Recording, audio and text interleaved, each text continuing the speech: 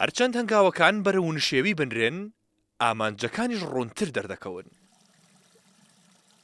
ئەمە ئەو خەیاڵە بوو کە 36 ساڵ پێشێستا و لە پاش پرۆسەی ئەنفال و پاشەکشەی هێزەکانی پێشمەرگە لە ناوچەکانی گەرمیان لەو کاتەدا پێشمەرگەیەک دەیکرد و ئەو باڵانە بڕاوە لە پێشدا، یعنی بڕاوە ئاوا.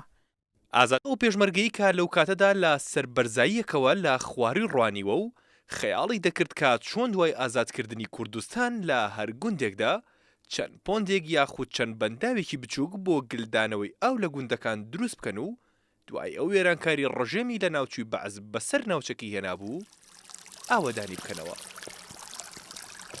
ئێستا پاش زیاتر لە 3 دەیەونی و خەونەکەی بەجی هاتووە و بە هەرەوەزی لەگەڵ خەڵکی گوندی بەڵەکجاری ناوچەی قەرەداغ ئەم پۆندیان بۆ لادێکەیان دروست کردووە کە توانای گلدانەوەی 50 بۆ 70 هزار مەتر چوارگۆشە ئاوی هەیە. هەموو بینی کیلۆمەترێک چاڵاوێک بە باس لە بەنداو نەکات. ئەمە یەکەم ئیش نییە و ئەخیر ئیشیش نابێ و من خاوەنی ئەم ئیشە نیم بەتەنیا. ئەم ئیشە هەڵبەتە بیرۆکەی لە مێژینەمان بوو.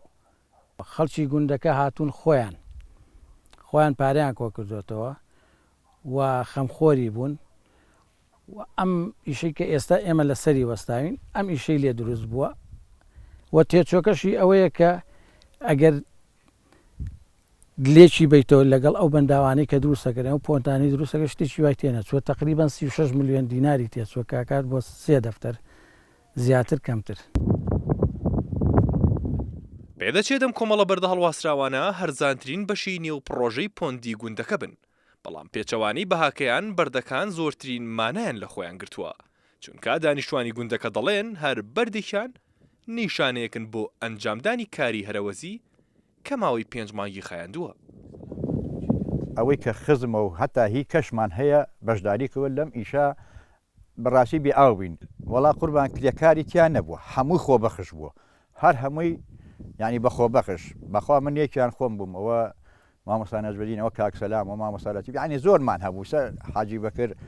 ئەمە ئەم 5 مانگە ئێمە هەر لەم شوێنە بەبێ هاوکاری بە بەلاش.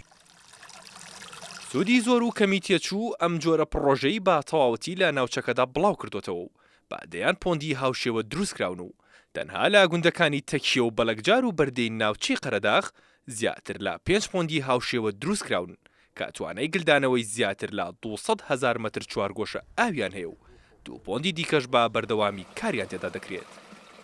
سەرڕێوی کە ئەم بەنداوە بچووکانە لە چاو پڕۆژەکانی دیکەی ئاودێری تێچوویشی کەمتری هەیە و سوودەکەشی تەنها بۆ مرۆڤەکان نییە، بەڵکو سوود بە ژینگە و ئاژەڵەکانیش دەگەێنێت.